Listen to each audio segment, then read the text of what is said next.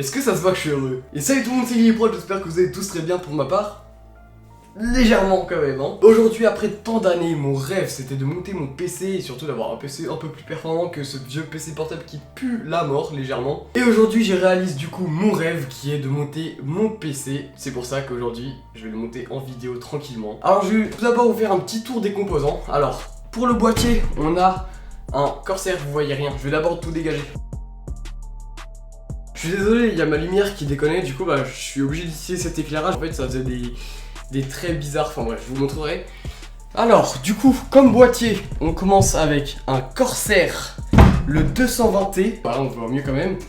Donc, 3 ventilateurs en façade, une grille, franchement, l'avant, je le trouve magnifique.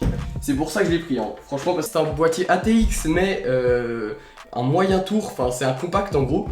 Du coup, en hauteur, normalement, c'est pareil qu'un ATX normal, mais c'est en largeur comme ça, il est un peu compact. Donc pour mettre l'alimentation, tout ça, ça va être un peu tendu. Ce boîtier, je l'ai eu au prix de 93 €. Donc pour un boîtier, c'est du plutôt haut de gamme. Bon, pas du très haut de gamme, mais c'est du haut de gamme. Ensuite, en carte mère, j'ai pris la Aorus B450 Elite. Donc je suis désolé, vous voyez toutes les écritures à l'envers, ça va être très chiant. C'est une très bonne carte mère, franchement, rien à dire. Une ATX avec des petites bandes LED, franchement, rien à dire. On passe tout de suite au processeur. J'ai pris le Ryzen 5 2600.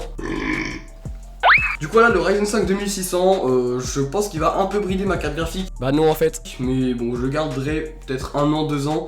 Et après je pense que je le changerai. Non du coup, haha. Ensuite, niveau RAM, j'ai pris 16 Go de DDR4 en 3200. Donc franchement, ça fera amplement l'affaire. C'est des Crucial Ballistix. J'ai oublié de dire, la carte mère, je l'ai eu au prix de 114 € et le processeur au prix de 130 € il me semble. Les Crucial Ballistix, je les ai eu quasiment à 100 €. Franchement, c'était les pires moments. Bah, j'ai commandé pendant le confinement, du coup, forcément, c'était les pires moments pour commander. J'en avais vraiment besoin de ce PC, j'en pouvais plus de l'autre. Enfin, bref. Du coup, je l'ai commandé, c'est un peu trop cher, mais c'est pas grave. Ensuite, on passe à la carte graphique.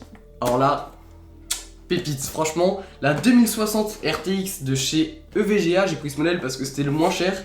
Elle m'a coûté 330 € pour une 2060, franchement, c'est nickel. De base, je voulais prendre une 1660 Super. Je me suis dit, allez, pour 80 € de plus, j'ai une RTX, je suis tranquille pour quelques années. Du coup, voilà, j'ai pris la petite 2060 et franchement, je suis trop pressé, je suis vraiment trop pressé. On passe à la partie stockage. Du coup, j'ai pris en stockage principal, j'ai pris du HDD de 1 Tera, voilà. Donc c'est lent, mais j'avais besoin d'un Tera, c'est vraiment bien.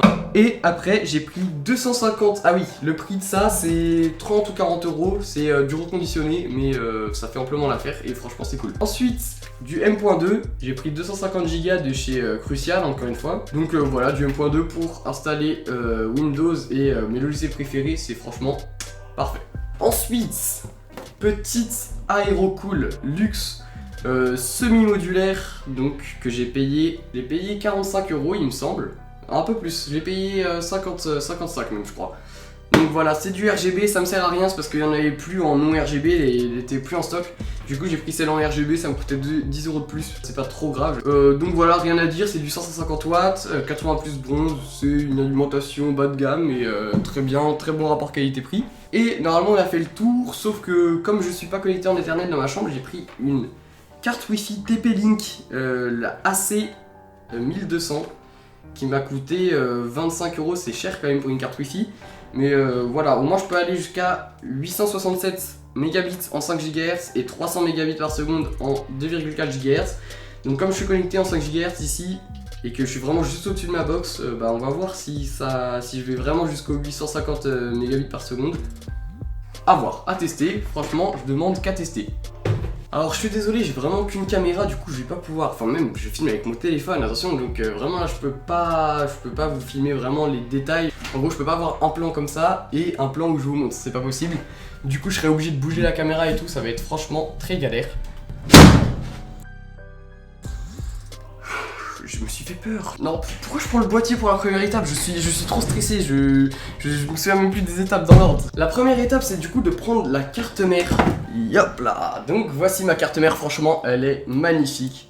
Du coup, on la pose sur le carton. J'espère que faut que je touche du métal, je crois, pour me démagnétiser. Je sais pas si c'est vraiment utile. Mais wesh, mais j'ai pas de métal en fait chez moi. Si je touche de l'USB, ça marche ou pas? Oh, vas-y, tant pis.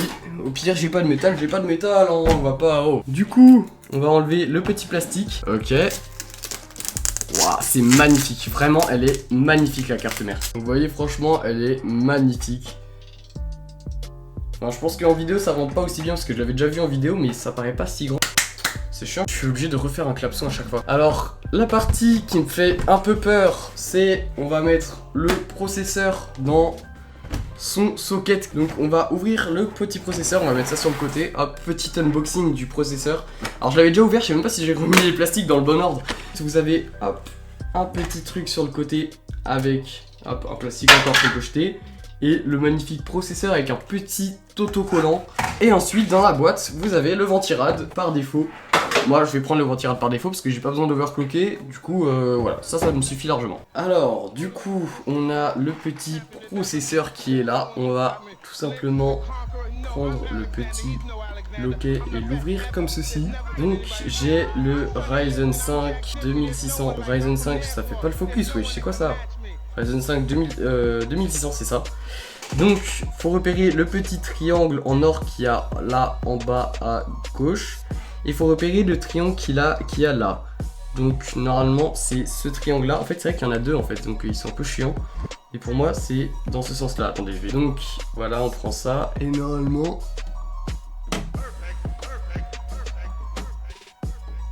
hop il est bien rentré. Il est bien rentré, il bouge pas, on vérifie s'il bouge pas. Et on va tranquillement, hop, rabaisser le petit truc. Hop là. Il bouge pas, j'ai l'impression que le processeur est mis. Alors, j'ai remonté un petit peu l'angle de vue, comme ça vous voyez, et moi ça me permet de pas prendre mon téléphone. Du coup, prochaine étape, on va mettre le ventirad. Donc là, vous voyez qu'il y a des petits trucs en plastique. On va les enlever parce que c'est pour d'autres ventirad, c'est pas pour le nôtre. Du coup bah on va l'enlever tranquillement et on va déballer aussi ce petit ventirad. Du coup on enlève, j'ai pas du tout envie d'appuyer avec le tournevis. Ah ouais mais attendez, je fais comment là? Je fais comment pour l'enlever? J'ai pas envie d'appuyer, je vais niquer les pins qui sont en bas. Ah ouais non les gars, je vois pas, je sais pas comment je peux faire. Les gars je fais comment? Comment je suis censé le retirer?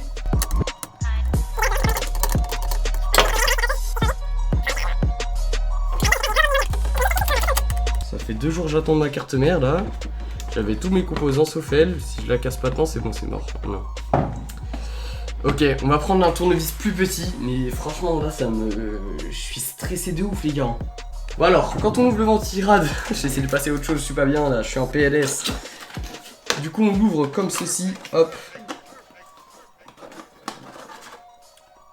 Voilà, et on a directement le ventirad. Donc là, il n'y a pas de thermique directement appliqué, donc je vais pas le prendre avec mes mains dégueulasses. Je vais d'abord chercher un tournevis plus petit et essayer d'enlever ça.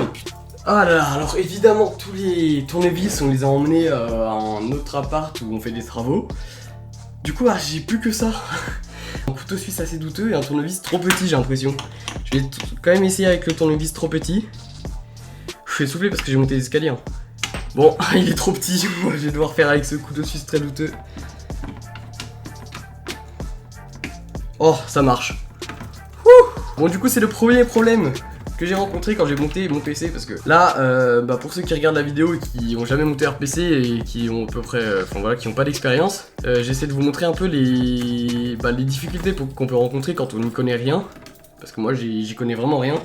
J'ai regardé que quelques vidéos, voilà, pas mal de vidéos quand même, mais voilà. Que à partir de vidéos quoi, c'est ma seule expérience. Du coup voilà, la première difficulté que vous pouvez rencontrer quand vous avez un processeur AMD, c'est les triangles, il y en a deux et on sait jamais c'est dans quelle direction. Et la deuxième difficulté c'est, faut le tournevis vraiment de la bonne taille si vous voulez enlever les vis sans casser votre carte mère des ventirades, voilà. Le ventirad est enlevé, enfin les petits morceaux en plastique pour le ventirad est enlevé. Maintenant faut que je mette le ventirad et je sais pas c'est dans quel sens qu'il faut le mettre. Je vais regarder une vidéo pour voir dans quel sens ça se met parce que j'avoue que j'ai pas envie de faire de conneries là. Hein. Voilà, le ventirad doit être vers cette plaque IO Shield, hop, qui est là. Donc c'est ce qu'on va faire maintenant. On va le prendre et on va le mettre. Oh, ça, là c'est horrible parce que si je mets de la pâte thermique partout, je suis un peu dans la merde quoi. Ok, j'ai positionné le ventirad. Alors oui, apparemment j'ai cru comprendre qu'en fait il n'y avait pas de sens. Et je l'ai mis là parce que le câble management ça sera parfait. Bon, on va visser.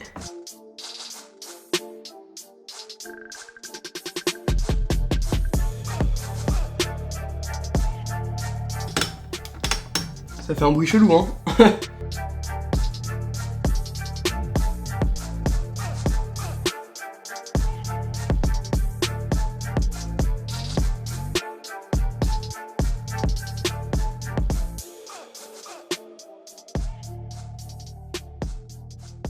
Bon, je pense que le ventirad est bien fixé. Quand je le bouge, il bouge pas. Je pourrais limite soulever ma truc par la carte par le ventirad. Ok, donc c'est bon. Donc là, je pense que le ventirad est bien collé sur le processeur. Du coup, on va pouvoir passer à la suite. Yes, ça, et allez, c'est parti, on y va.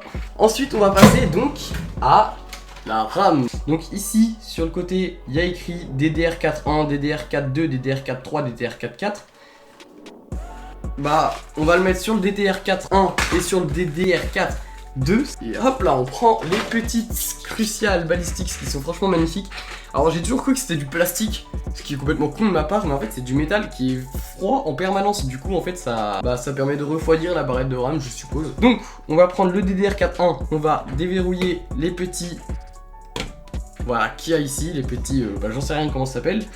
Là il y a un côté plus court que l'autre, du coup faut positionner en haut pour savoir si ça passe. Et donc là j'ai directement mis dans la bonne direction. Du coup normalement faut appuyer plutôt d'un côté, mais il faut appuyer un petit peu des deux en même temps. Oh là, c'est un peu compliqué, c'est un peu dur à mettre.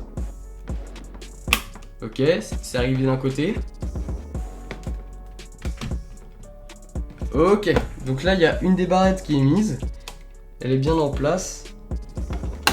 Ah ok, c'est bon, elle était pas très bien en place en fait. On va mettre sur la DDR4.2. Hop là. Ok. Et les deux sont bien mises. Bah maintenant on va pouvoir fixer la carte mère sur le boîtier. Donc on prend le Stremon, la bête, le boîtier. Franchement ça c'est une de mes pièces préférées. Donc on va dévisser les petites vis de la vitre. Du coup on va hop enlever la vitre. Et hop là. Et on va la mettre dans un endroit sûr. On va pas la laisser près de là parce que là je vais forcément la casser, c'est sûr. Comment je la visse? J'ai pas les vis qui vont avec. Ok, alors j'ai une idée. En fait là-dedans, dans ce petit boîtier donc, j'ai repéré qu'il y avait un truc à l'arrière. Je vais vous montrer. Donc là, vous avez le boîtier et là, vous l'avez vu, ici à la cage à HDD, donc là où je vais mettre mon disque dur de 1 Tera. Du coup voilà, on a un petit truc comme ça là, et dedans j'ai vu qu'il y avait des vis. Alors, dans la boîte de la carte mère, il y avait que des câbles SATA. Du coup, j'en conclus que c'est dans les vis qui sont là. Bon, on va tester plusieurs. Et bah elles se vissent sur les entretoises, donc ça c'est cool. Alors je suis désolé, c'est le pire plan possible que j'aurais pu faire. Vraiment, je suis vraiment désolé pour ça. Mais bon, j'ai vraiment là pour le coup, j'ai pas le choix, je suis désolé. Donc là, on a la carte mère. Ok, je vais d'abord brancher le CPU fan. J'ai branché le ventirad sur sa prise qui est faite exprès. Ok, j'ai branché le CPU fan. Du coup, normalement il y a une plaque IO-Shield à mettre ici. Mais là elle est déjà intégrée sur la carte mère comme vous pouvez le voir. Du coup je vais directement le mettre en commençant par aligner la plaque IO-Shield de la carte mère avec l'entrée. Je suis en train de tout gâcher avec ma tête, non? On aligne donc la plaque IO-Shield avec l'entrée qui est faite exprès. Il y a encore les câbles qui nous gênent, mais cette fois-ci on peut les bouger facilement. Truc IO-Shield, elle est rentrée dedans, donc ça c'est bon, ça y a pas de souci. La carte mère est bien placée, je crois. Voilà, donc j'ai mis les dernières normalement, enfin la dernière. Normalement si je remonte le boîtier, la carte mère tombe pas. Voilà, parfait, ça bouge pas d'un millimètre. Donc franchement j'ai bien serré, normalement ça bouge pas. Donc j'avais oublié que j'avais un M.2 en fait. Du coup c'est ici qui se met normalement. Donc là il y a un petit cache pour le protéger. Ok, c'est bon, j'ai fait tomber la vis dedans. C'était vraiment pas pratique. Du coup on enlève le petit cache, donc là faut l'enlever, voilà, comme ça. Ici il y a un petit truc en plastique, je suppose qu'il faut enlever après parce que c'est, je suppose, fait exprès. Donc on ouvre le truc, qu'est-ce qu'on a quand on ouvre? On a deux vis, j'ai le M.2 de 250 Go et une petite notice comme d'habitude, mais bon, on s'en fout un peu de la notice hein. On va prendre ça, le petit M.2, Ok, c'est bon, j'ai trouvé. Et on va appuyer, très facile à mettre. Donc là, ça remonte tout seul. J'avais déjà vu ça. Hey, c'est Guillaume du montage. Bon, alors j'ai eu beaucoup trop de problèmes à faire fonctionner et surtout à installer le M.2. Du coup, je vous laisse avec une update en fin de vidéo après montage du PC. À bientôt en fin de vidéo. Je suis pas peu fier de celle-là. Voilà. Ouf, après tant d'attente, j'ai enfin réussi à mettre le crucial, le M.2 qui ne bouge plus, c'est cool. On va passer à la 2060, j'ai plus que 9 minutes de rec, mon tel va s'éteindre, tout simplement j'ai plus de batterie. Hey, cool hein. Bon évidemment je l'avais déjà déballé aussi, hein, ça fait 3 jours que j'attendais juste ma carte mère pour monter mon PC. Je me suis permis d'ouvrir les autres petits trucs.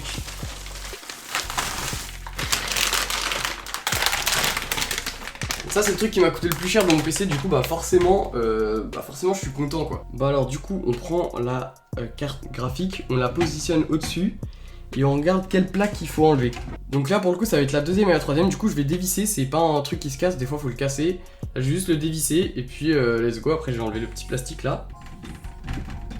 Alors du coup il y a plusieurs trucs à enlever, il y a le petit cache là ici pour le port PCI Express. Ici il y a un petit cache aussi, je sais pas à quoi il sert. Du coup, on va la brancher. Alors d'abord, faut, comme la RAM, disloquer.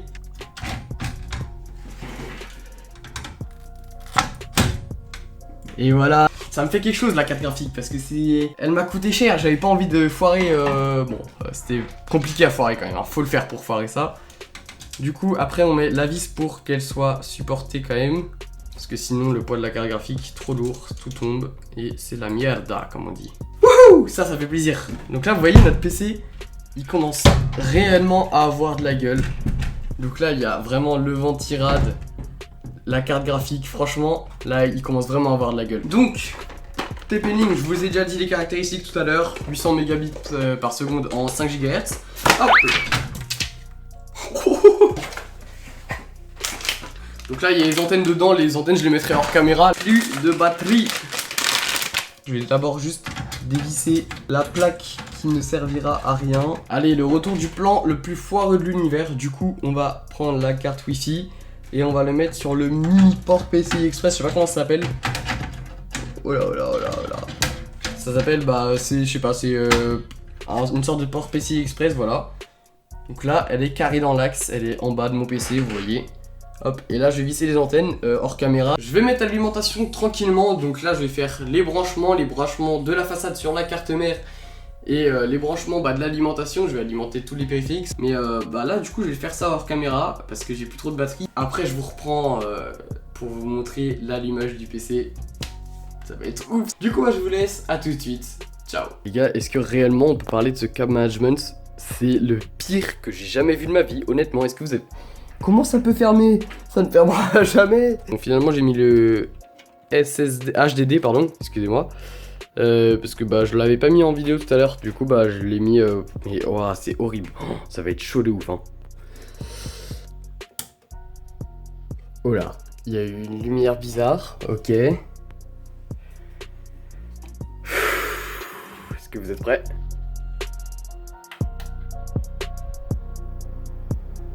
Oh my god. Oh putain. Oh là. Ok, c'est bon, c'est juste les ventilos qui sont... Oh merde, il y a un truc qui s'allume, ça veut dire qu'il y a un problème je crois. En fait non, à chaque fois que j'allume mon PC, ces LED s'allument tour à tour, c'est juste normal, tout va bien. J'ai juste un problème, c'est que je viens de relier mon PC en HDMI à l'écran. Et rien ne s'affiche, vous voyez, donc HDMI 2. Si je le branche sur l'HDMI 1 c'est pareil, hop. Bon les gars, j'ai branché ça à un écran, voilà, là j'ai ma petite tour. Franchement je suis refait les gars, vous pouvez pas savoir, je suis passé de ça là.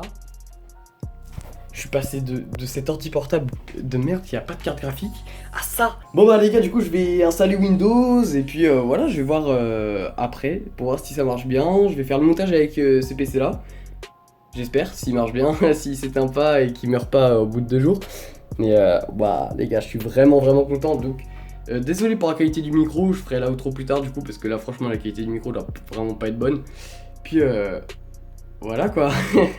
Au moment où je vous parle, je viens de finir le montage de cette vidéo avec le PC du coup, et au niveau des performances c'est vraiment incroyable. Je vous ferai une petite vidéo benchmark prochainement, franchement je trouve le PC magnifique, mais avant d'avoir ce résultat j'ai eu quelques petits problèmes. Du coup je vous l'ai dit tout à l'heure, j'ai eu un petit problème avec le M.2. En fait, arrivé sur la page d'installation de Windows, il me proposait juste mon disque dur de 1TB et pas mon M.2, sauf que moi j'avais pris mon M.2 juste pour télécharger Windows, du coup bah j'étais un peu embêté. Donc il détectait pas mon M.2, j'étais un peu embêté, je me suis dit ok j'installe Windows sur mon disque dur de 1TB, c'est pas grave, j'y verrai plus clair une fois que Windows sera installé et je le ferai marcher mon M.2 une fois que Windows sera installé. Du coup bah c'est ce que je fais et mon M.2 marche toujours pas.